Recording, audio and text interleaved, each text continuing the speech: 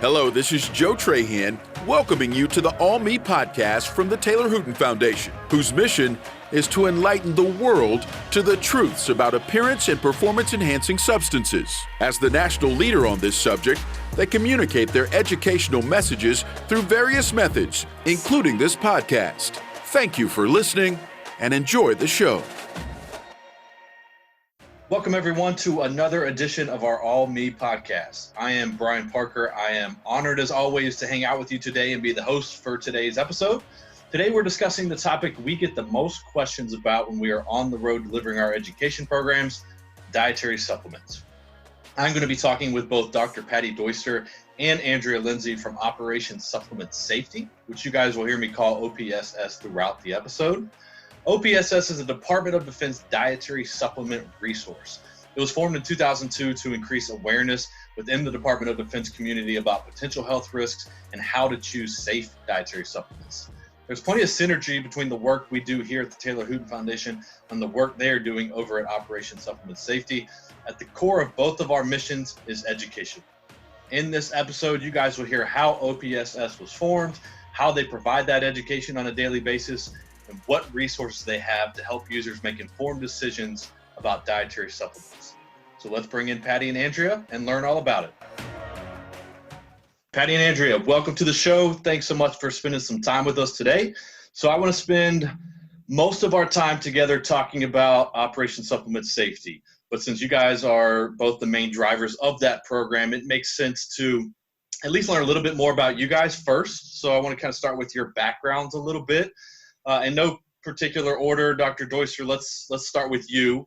You are a professor and the director for the Consortium for Health and Military Performance, which you will also hear us refer to as CHAMP for short, over at the Uniformed Services University of the Health Sciences. That was a mouthful, but I think I got that all right. So knowing all of that, before you kind of get started into what you do today, tell us a little bit more about yourself. Stuff like where you grew up, where you went to school for all of this, what sort of things have you been into along the way, and how that kind of led you into the field that you're in today. So as best you can sum up your early life story, that would be great. Sure, and glad to be here. First of all, I was an Army brat for about the first 10 years of my life, so we moved around a lot. And then we finally settled down in Lynchburg, Virginia, and I had previously lived in primarily the north, so I ended up in the south, which was interesting because they spoke a different language and I had to kind of learn how to understand what they were saying. And I went to high school at E.C. Glass, which was a very well-known high school in Virginia. And I played tennis, played hockey. I was always very athletic. And I continued that into my college days, being an athlete. And then graduated from college and taught math and science for a couple of years and served as a tennis professional. Because again, I had been a tennis professional. I had been a tennis player in high school and college, and I was the tennis professional at the Williamsburg Inn, and that was a lot of fun. I didn't really start running until I was about 26 years old, when women just barely started to run, and they told you shouldn't. And so I was actually a very good runner because in high school and college, women couldn't run. So I was pre-Title IX, which was unfortunate, but that's the way it works out. And so I started running, and I was not a bad runner and did pretty well. And as I think you know, I qualified for the first women's Olympic marathon trials in 1984. And I've always been kind of an outgoing outdoors person and did a lot of things, did skydiving and scuba diving and things like that. So hiking, anything that's outdoors, I've always really loved.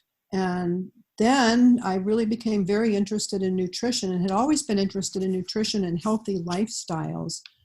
So I got a master's degree in physical education and then went on to do my PhD in nutritional science and biochemistry at the University of Maryland. And again, being very interested in the health aspect, the wellness aspect of the human being, and had started kind of having an organic farm when I was in my early 20s and continued that. And then doing my PhD, I really wanted a background in the basic sciences so that I could understand about what was going on in the world of nutrition and exercise physiology. And then I taught, while I was in graduate school, I taught racquetball and I taught tennis. And again, I've just always been a very active person. And so I was interested in performance nutrition. And that's kind of where I began and where I am now. I've got my job at USU as a postdoc first, doing some work in muscle physiology. And then I got a job as an assistant professor in the department. It was a different name back then. It was just military medicine. It's now military and emergency medicine. And was hired really to start a research program for the department. And I've been there ever since.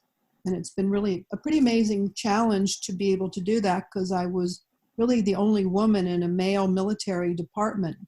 But it was fun, and I guess because I was outdoorsy and athletic, I got along with all the folks there, and the rest is kind of history.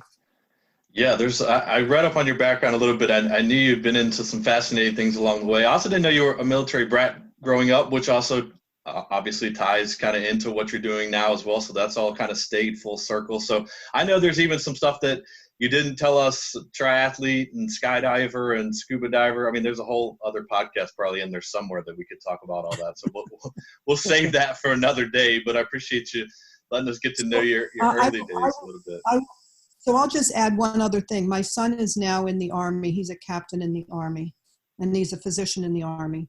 Wow. Yeah. So family business almost, right? From right. When you were born, which is a really cool thing. So yeah, it's a fascinating background, and kind of, always nice to learn how people get into the things that they're into now. And you've had quite a journey. So we appreciate you sharing that. Andrea, let's go over to you. You are the senior nutrition scientist, also the director at Operation Supplement Safety for CHAMP that we discussed before.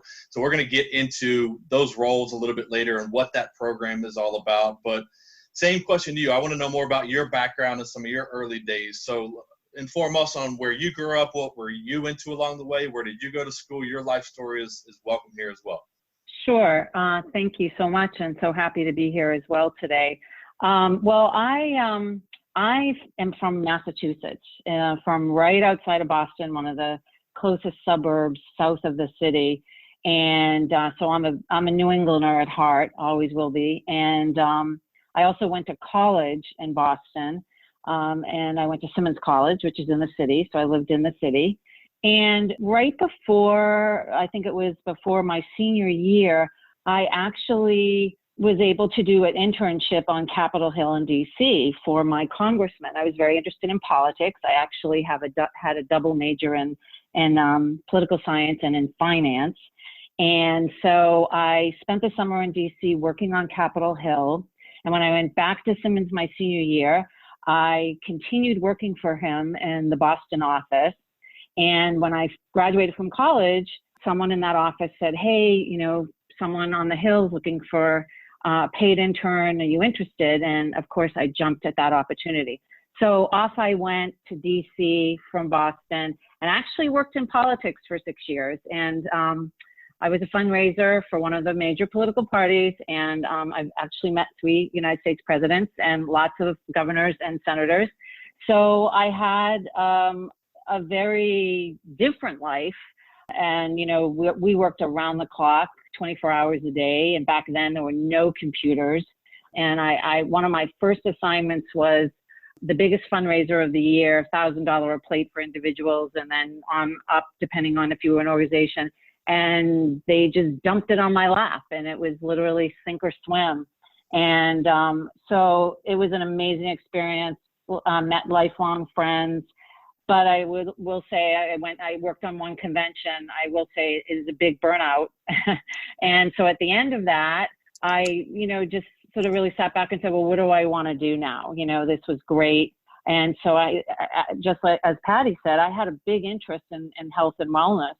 And so I went back to school to get my master's degree, and I had to go to the community college to take all the science classes because I didn't have that. So I was highly motivated to do that. And I was very interested in the topic. And so once I got the sciences under my belt, I went back to University of Maryland at College Park, applied to the program. I also applied I spent an extra year there doing the coursework for the registered dietitian program, which was it's separate, and they let you know that it's very separate. So I spent a total of 3 years there and received my master's in nutrition, and never did the actual clinical back then you had to do a clinical rotation for the registered dietitian program, and they didn't have a lot of nutrition education programs, and they do now. And I also got married at that time, and so I had a job. So I started my job, and that sort of catapulted me. I worked for the National Agricultural Library and spent 16 plus years there, and then was working on a project with Office of Dietary Supplements, and Dr. Becky Costello introduced me to Patty, and Patty had a position available, and that's sort of how I ended up with CHAMP. Yeah, and the rest is history, right? That's leading us to And the rest is history.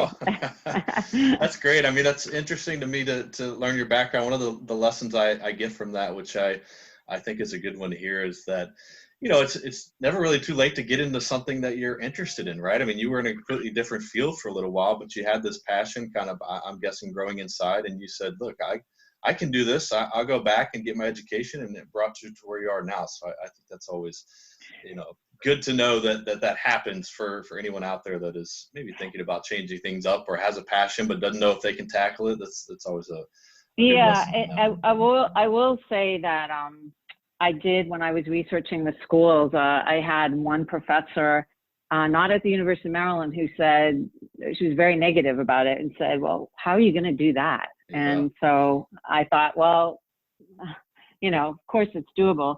And the other thing is like Patty, I love being outdoors. I love to hike. It's one of my favorite things to do. And I like to always be anywhere near the water. Right.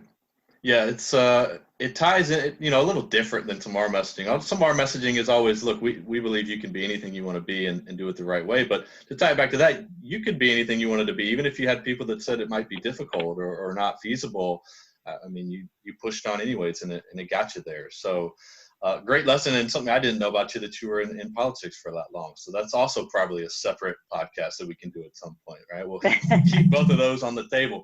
I want to pull something specific out of both of your backgrounds that we haven't quite touched on yet, but also tell us a little bit more about kind of the knowledge you have behind some of the stuff that you do today. So Andrea, let's stick with you first, because when I first introduced you, I mentioned that you were a senior nutrition scientist. So let's talk about that and how it was applied in something that you were involved with previously. So number one, if you can explain to our audience what a nutrition scientist is, that would probably be helpful. We all know what nutrition is, but how was that applied to that specific title and role? And then number two, I know that you were a nutrition specialist for about 17 years at the IBIDS, which is the International Bibliographic Information on Dietary Supplements, and I will put a link to that in the show notes. So if you can elaborate on what that is and what your role was there, I think combining that with what a nutrition scientist is will give us even more background into the work you've done in this field. Sure. Well, I'll just address it. The senior nutrition scientist, I'm one of several actually at CHAMP. And so at CHAMP, we have a research arm and also an education arm. I'm on the education arm, even though we cross paths a lot and we reach in and over and work together. And so every single thing we do is evidence-based. And so with Patty, we, of course, peruse the literature, and we, make sure we're up to date on everything related to the topic of dietary supplements. And so that really sort of is, even though there's some other things I do that sort of delve into the research side, I think the most applicable to my current job as director at Operations Supplement Safety is, again, using that evidence base and translating that evidence for our audience. And so I also, along with Patty, we delve into the regulations and sort of the framework of the topic of dietary supplements and have a good understanding of that. In my previous job with IBIDS, which is actually no longer in existence, that was a cooperative agreement with the National Agricultural Library at United States Department of Agriculture and the Office of Dietary Supplements at NIH. And that project actually was really interesting. The purpose of it was to create one database that would be just articles, evidence-based articles on the topic of dietary supplements, of course, mostly dietary supplement ingredients. So we had to use many of the bibliographic databases that are out there, Medline, Embase, PsycInfo, and a lot of others, to populate IBIDs and read the abstracts and determine, are they appropriate for that database. And so it was a great project. It was very different than what I'm doing now. But for the time, it really served, we thought, as a very good resource. Sure, and developed a broad knowledge base, I can assume. And I'm glad you kind of broke down what your role is and kind of the process you have at your current position, because that evidence-based role is going to be really important when we start talking about some of the resources that you guys provide. So I appreciate you sharing how that all plays out. Patty, let's switch over to you and talk about one of the key accomplishments you've had in your career. You were the author of the first U.S. Navy SEAL Nutrition Guide, which was sponsored by the U.S. Special Operations Command. And because it was so successful and useful, you were commissioned to update the nutrition guide for the entire United States Special Operations Command, which is a really cool thing. So I know there's some long-term analogy there. So if you can kind of break that down for our audience a bit more about what those guides are, how they're used, and how that all came about. Sure. Well, I happen to have known and happen to have done research with the Navy SEALs. We were the first group that ever got in and did work with the Navy SEALs. And we did nutritional assessment of Navy SEALs. These are actually Navy SEAL wannabes at Bud's training.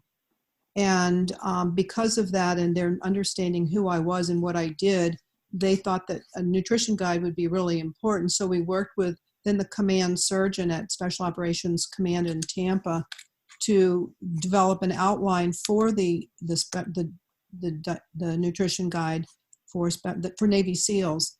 And we spent a lot of time talking to them and seeing what they wanted. And there were a couple of us that really spent the entire time researching it and coming up with the best product possible. It was disseminated and distributed to them. And of course, that was a long time ago. And it still is for sale now, and people sell it. Sometimes it's still for sale on Amazon and other places, Barnes and Nobles. We don't make any money off of it because we did that as government employees. But it was a huge success. But remember, it was a Navy SEAL nutrition guide. And so they came back to us about in 2006 and said, we really want a Special Operations Forces nutrition guide. So again, a group of us got together and we went and met with all of the different units, the commands, and talked to them about what they would want in a nutrition guide. So it really was kind of a community-based project where we heard and listened to them and came up with the best product that we could. That one was actually on a CD, and it was on there, not on a website, but it was available on the internet only. So that was never actually published. And the intention was that it could be updated periodically as opposed to having a static hard copy. And those were absolutely fun projects. We also did the Navy SEAL Physical Fitness Guide. I was the editor of that along with a couple of other folks, which was, again, very popular. But we then turned the soft nutrition guide, or the Special Operations Force nutrition guide, into a warfighter nutrition guide, which is actually on our website, Human Performance Resources by CHAMP. So it's been, again, updated because that was in 2006, and so it was updated. I believe last year it was finalized. So those are just some things that when you become kind of part of a community, you gain their trust and you provide the best information, the best product you possibly can. So it was really an exciting thing for all of us. I know that there's a number of people. Stacy is still, helped me on the second one. Anita Singh, who was over at USDA and then a medical student at USIS at the time, helped us with the Navy SEAL Nutrition Guide. So they're fun opportunities and they're great projects. Sure, yeah, and that's really cool to hear that they're still out there and being used today. I mean, that means the information, even though it was made a little while back, is still pretty applicable. And I might try to track down a copy myself and maybe get you to autograph it next time I see you, right? So that's one of the many cool things we'll add to your background. So thanks for giving us some background on that. I think by kind of discussing those two projects that you guys were a part of previously, it gives our listeners a really good understanding of the background and the depth of knowledge you guys have in not just dietary supplements, but the field of health and wellness as a whole. So I think that leads us really well into what you're both doing today with Operation Supplement Safety, which is where I want to kind of spend the rest of my time talking about that program. So let's start out by talking about what OPSIS. You'll hear us sometimes call it OPS, sometimes OPSS. Both are referring to Operation Supplement Safety. So I want to give our listeners a little bit of background on what this is. So if one of you guys can try to sum it up as best we can, that would be a great place to start. So tell us what OPSS is, why was it formed, who was it designed for, how is it funded, essentially what is the overall goal and purpose of this program? So I guess this is Patty. I'll go ahead and kind of give an overview. Back in 2011, there were some supplements being sold on the market, and they had an ingredient called DMAA, and you probably remember that, dimethylamine. And it was, again, in a couple different products, and there were several adverse events. And in particular, there was a young man who died during training, and he had been taking that, and then there was another woman who died, and she had been using another one. There were two products in particular. And it came to our attention, and I was working with the woman who lost her son, and we started hearing about lots of other adverse events. Some people who I work with said, hey, they heard their kids were taking this product, and they said it made them feel really, really strange. So we took it to a large committee in the military health system and said that we thought that they should consider taking products with DMAA off the market.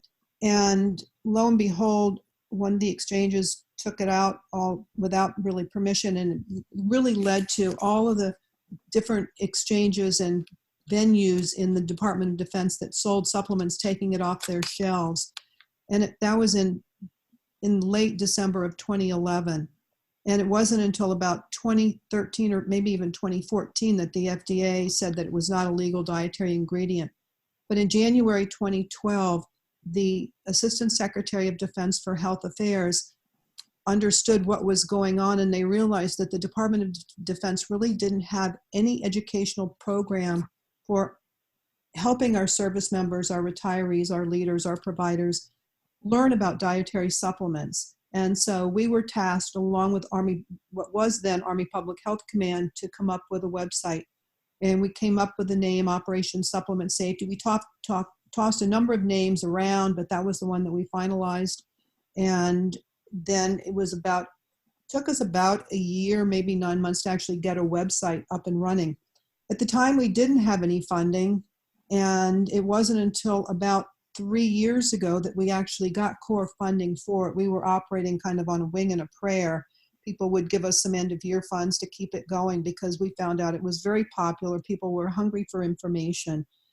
And I think I actually just wrote in a report that I think we had about 2,400 website visits the first year after it had been up, and now we have about 46,000 a month, 2,400 a month, and now we have over 46,000 a month. And that's just in really an 8-year, maybe 7.5, 8-year period of time. So it's really grown into something that's DoD-wide.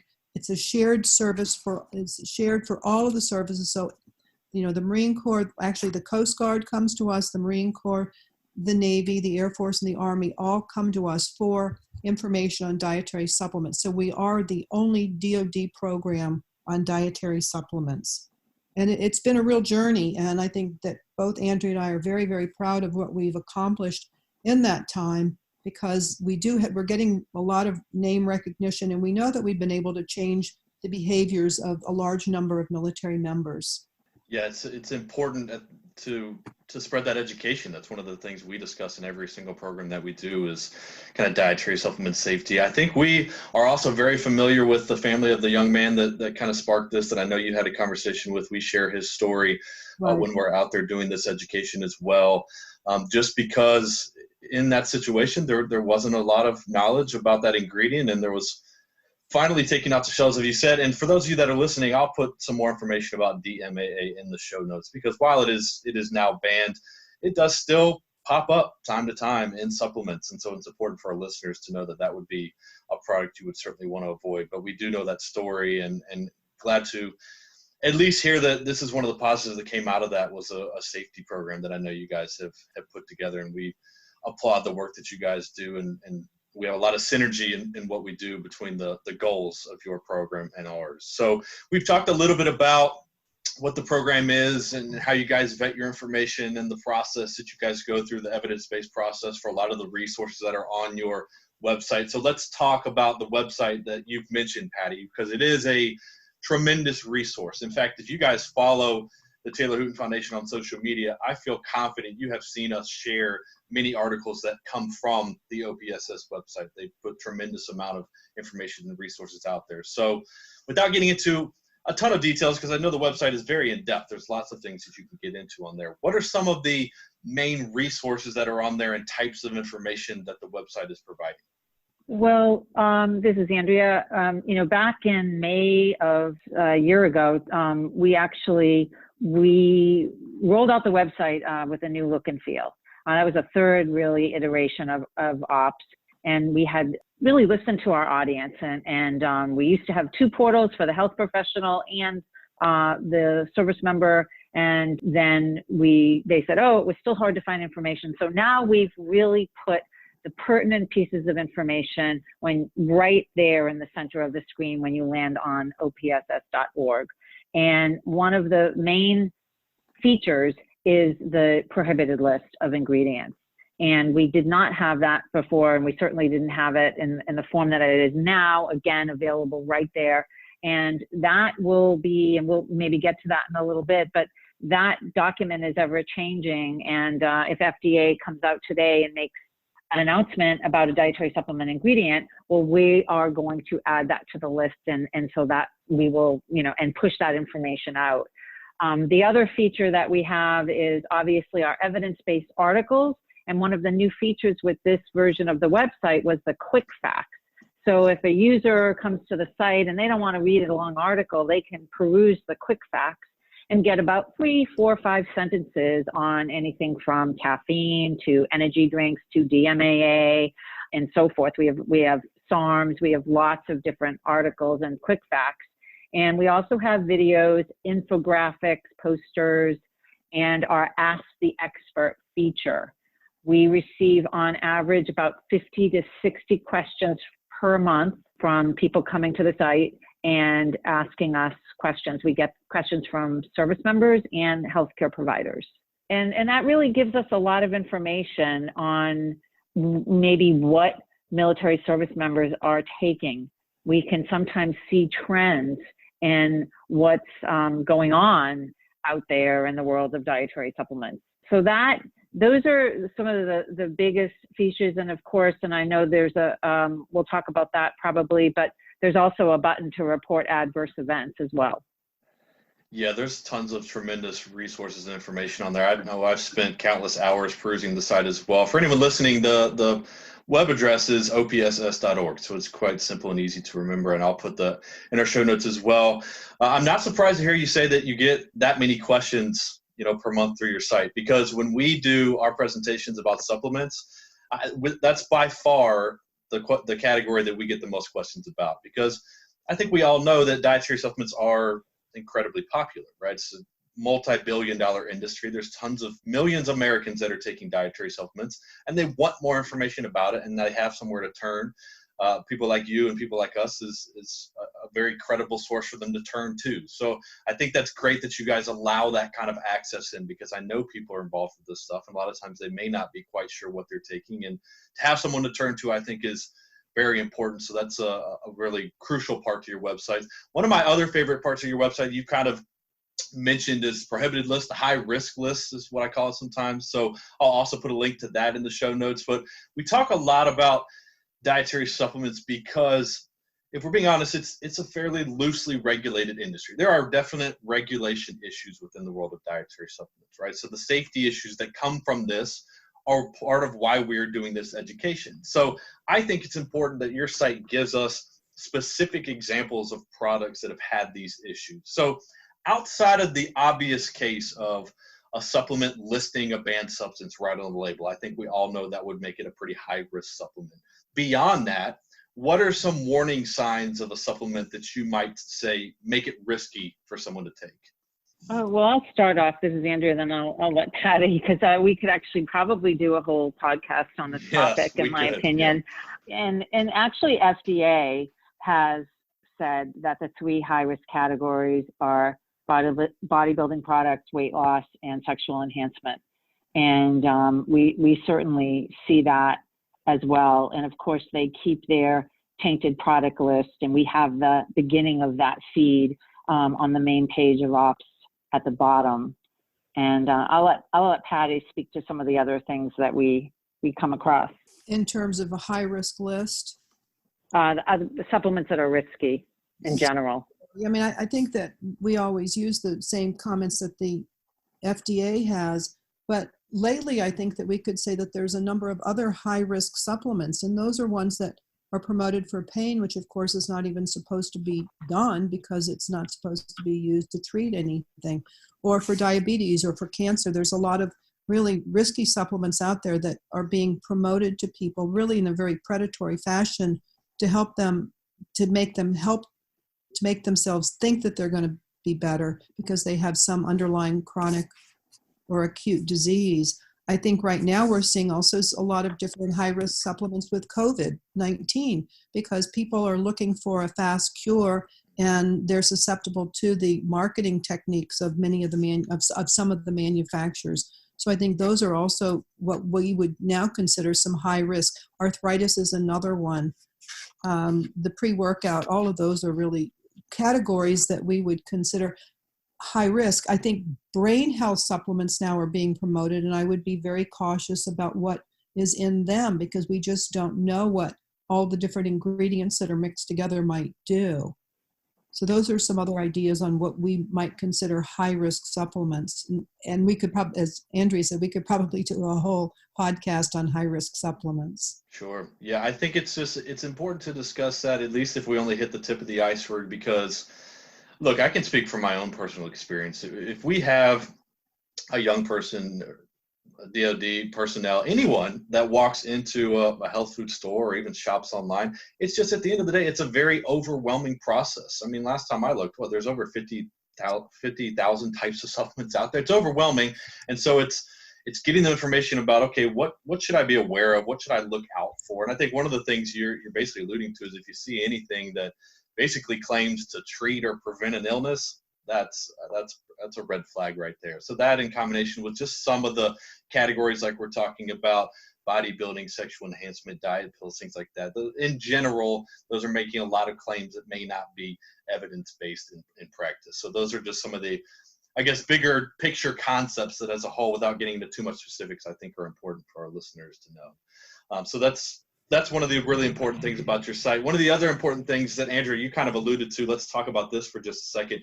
You guys have a section where you can report adverse side effects for dietary supplements. So let's say in the case, as we discussed early on, DMAA, that was causing adverse side effects, or even if we're taking some products in these high-risk categories and we feel that something is happening that shouldn't be going on. Why is it important that we then report these effects, right? And if you're not a military person, can I use OPSS to report an adverse effect? If not, where can I as a civilian go to do that type of thing? Sure. Adverse event reporting is a very, very difficult topic with us because there is no centralized system within the Department of Defense. And we have certainly been trying to see one established over the years. One of the reasons why we would like something within the Department of Defense is because it gives us a signal. Right now, if something is reported to the FDA, we don't necessarily see that. They don't necessarily know that it's a service member unless it's written down by the provider who suffered the adverse event. And so that it's very hard for us within to be able to detect a signal. We certainly are working with the FDA, and there are plans in the future to try to develop a system such that when they go to the FDA, there's a pull down and you can say a military member, and you can then have the service and all the different information that we would want to gather. And then that information could all be sent to us. And we always, whenever we teach, whether it's down at Quantico where we're teaching a Marine, or whether it's a nurse or a physician, that reporting an adverse event is absolutely critical because that's the only way that a dietary ingredient or product can be taken off the market, is if there are a significant number of signals, or you develop a signal after a significant number of adverse events. And if they're not reported, then you're never going to get anything taken off the market. And we've seen that. We know that there have been a lot of adverse events with particular products, but because they aren't, or because reporting is so low, there's not enough information to generate a signal. Yeah, I think that's also an important thing for us to know is, reporting these effects is important, number one, just for, the record side of it, as you mentioned, but also number two, kind of how the system is set up.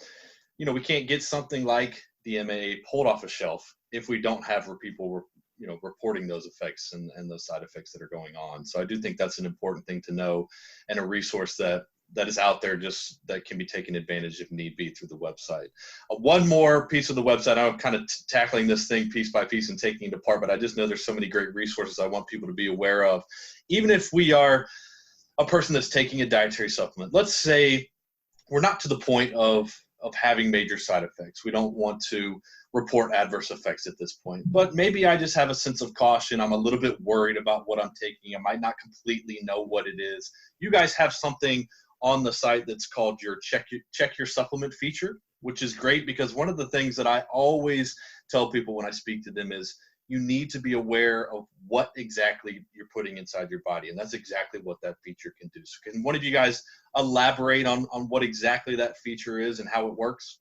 Sure, I can start on it, and then I can have Andrea maybe chime in. A number of years ago, and Andrea might remember exactly how many years ago, we thought it was going to be really important to come up with a quick way to evaluate, for risk stratification purposes, a dietary supplement product. So we came up with a bunch of little questions and used them, and then we kept kind of refining them and meeting with other folks. We met with members of the Dietary Supplement Label Database. We had some focus groups to see how our questions were worded and whether or not they made sense. Are they perfect? No, they're not, but they're actually an incredibly valuable teaching tool. You can go in, and if you have some supplements that people can hold and read the labels and read what's about them, they can go through this little checklist. We call it our scorecard. And you can really, it's a very teachable moment on some of the things, and they'll look at it and they say, oh my gosh, it's just an eye opener by using this. So even though it may not be the best in terms of risk stratification, it's not bad, and it's a great teaching tool. Andrea, did you want to add something? Yeah, as a matter of fact, I think we pushed out our first one back in 2013, and we've definitely tweaked the questions, of course, as we're out there with our audience, learning from the hands-on experience. And it is, I always say when I'm teaching and training is, it reduces the risk. It doesn't eliminate it completely, but right now it's certainly the best that we have. And another great part about our new website is that it's an interactive feature. Someone might have their phone and they might be in the store, and they can pull it up, pull up ops.org, and they can just answer the question. It will add it for them. So the 4 or more is, probably okay, and less than 4 is a no-go. So again, you might want to go try and find something else. Yeah, I think, while it may not cover every single base, man, it is a fantastic starting point, right? Because kind of like what I alluded to before, I think what's so important about supplement use is, not to condemn it by any means, that's not the point of this podcast, but it's being smart about what we're doing, right? So it's understanding what this is this, and generally a safe product? Is this something I even need in the first place? And I think that feature does exactly that. It gives us a starting point to just at least feel a little bit more comfortable with what we're doing, and again, being smart about it. That's kind of the end goal of a lot of this stuff. So those are all tremendous parts of your website that I know you guys always continue to just improve and work on, but just tremendous resources that are out there that I really think helping people be smart about their dietary supplement use, which is kind of what we're discussing. Now, both of you guys have mentioned education. You've both talked about the teaching that you do. I want to talk about that next, because I know you guys go out and you do education programs to military personnel across the country, right? Now, this is coming from someone that also goes out and does education and presentations all across the country. So a couple of different things that I'm curious about is, number one, what do you guys really talk about during these programs? What's the core information? And I guess at the end of the day, what are the main takeaways that you're delivering to those audiences when you get in front of them? I think that, first of all, we try to let them know that dietary supplements are regulated, but that the regulatory framework may not be adequate at this point in time. We really value our partnership with the FDA. and they are doing the best job they possibly can with the resources that they have and the regulations that they have been dealt. So I always say that dietary supplements are regulated. Yes. And a lot of people choose to disagree with that, but it is a fact. And again, we value our partnership with them. So that's one thing. And then we talk to them about really what do you expect in a dietary supplement. We talk about labeling and what it means.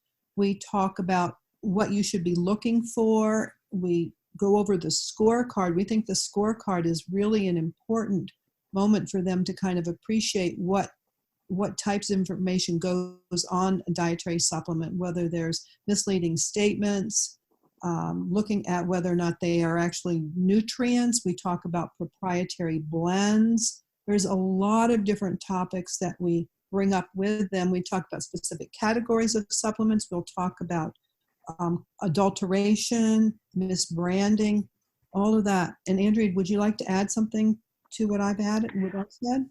The one thing I always try to point out is, especially for a military service member and a healthcare provider, that you really have to look at the totality of the product. So unfortunately, it's not just enough to look at the supplement facts label. And because as Patty knows, we have a few really good examples of products that have a supplement facts label but have some problems. And so to just really look at the totality of the product and walking them through that, it's about them being that informed user and them making that decision, and that we're not in front of them to tell them all supplements are bad. That's not what we do. We're there to just make sure that they are armed with the information to make the best possible decision so that it doesn't affect their health or their career. You guys sound like I'm watching myself speak. That is the exact kind of angle that we take, and I think is the right angle to take, right? So whenever I, sit down and I do a presentation about dietary supplements, one of the first things I always say is, look, this is not about condemning supplements. This is not about telling you not to do it or that they're all bad, because that's just not the case. As Patty, you said, there's regulation in place. It's just a giant industry, and it's hard to keep up, right?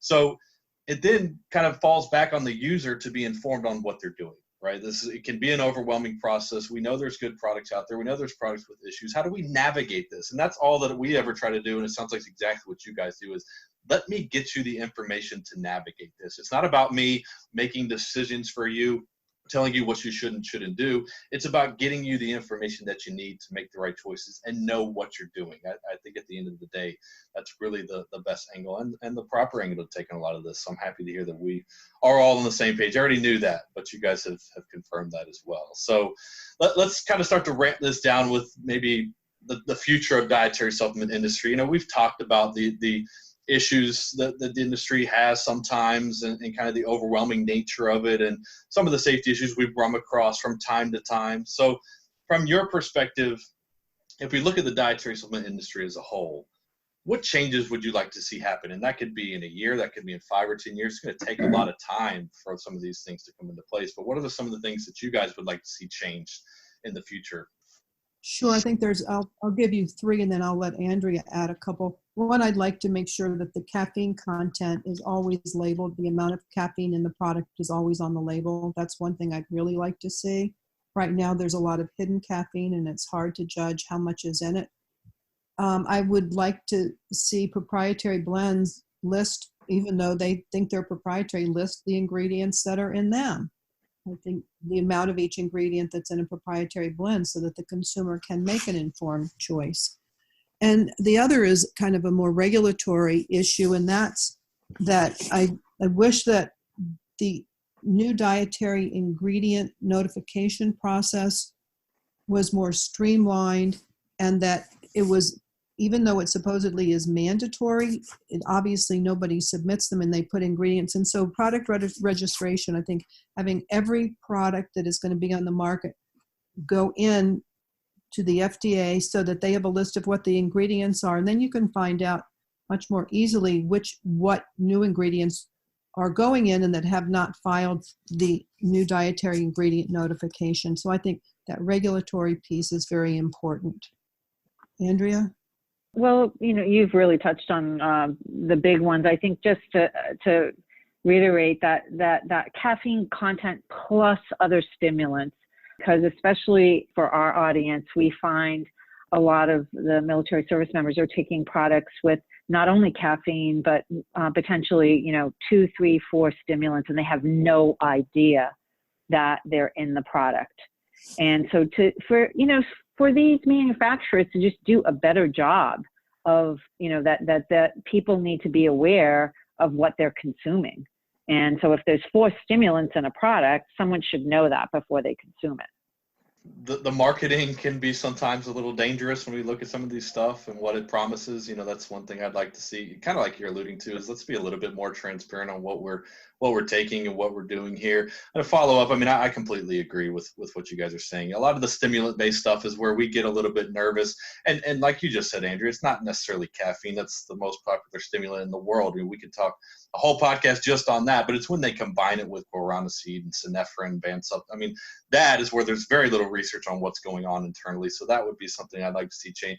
Proprietary blend, for those of you that don't know, is essentially what it sounds like. It's a blend of products that they put together that is quote unquote their own, and they don't have to list certain amounts that are in it. And that's another kind of high risk sign. If you see that on a supplement that maybe want to be cautious of, I'd like to see those get eliminated, or like you said, Patty, at least tell us what it is. And then obviously I think there's some work to do on the regulation side, which I think that's the kind of thing that will take a little bit longer, but I think we can all work together on that goal, and resources like you guys is a really good place to help make that happen.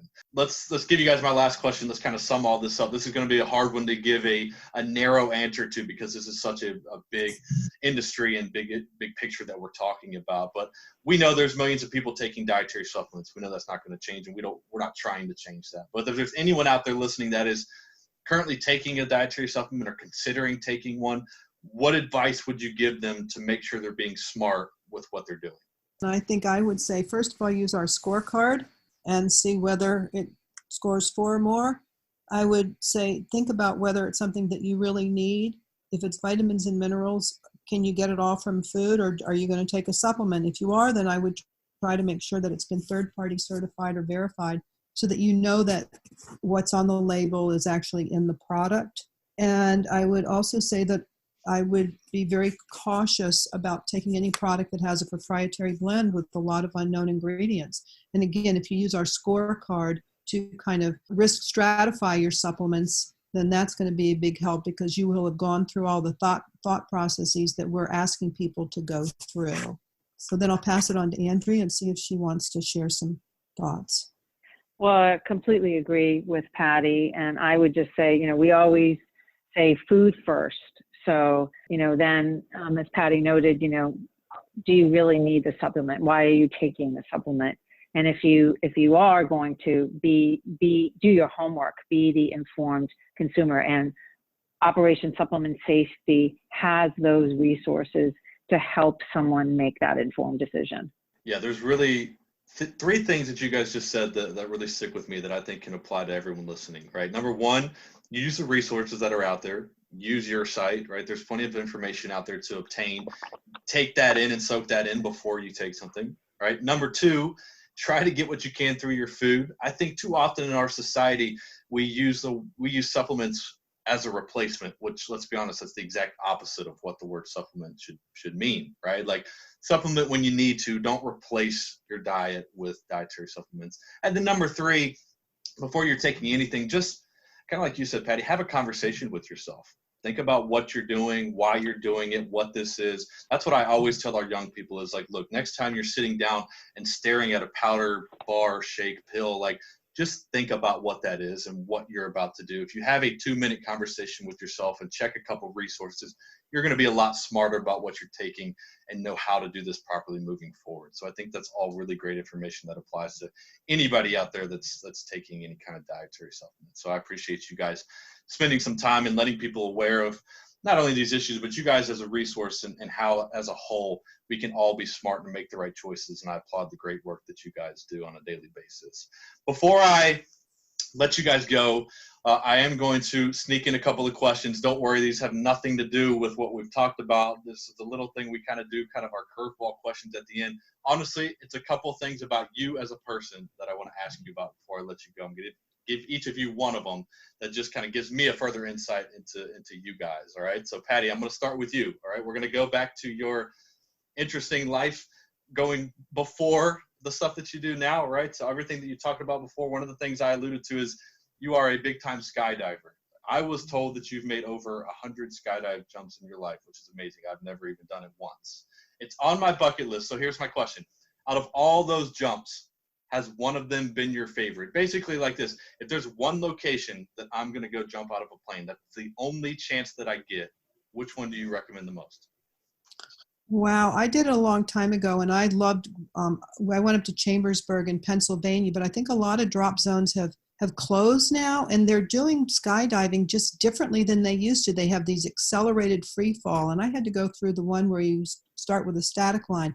But one of my favorite jumps was when you jump out at about 15,000 and a bunch of you come together and you form a big circle, and you kind of fly in the air, and then you loosen up and go for it. So it was great.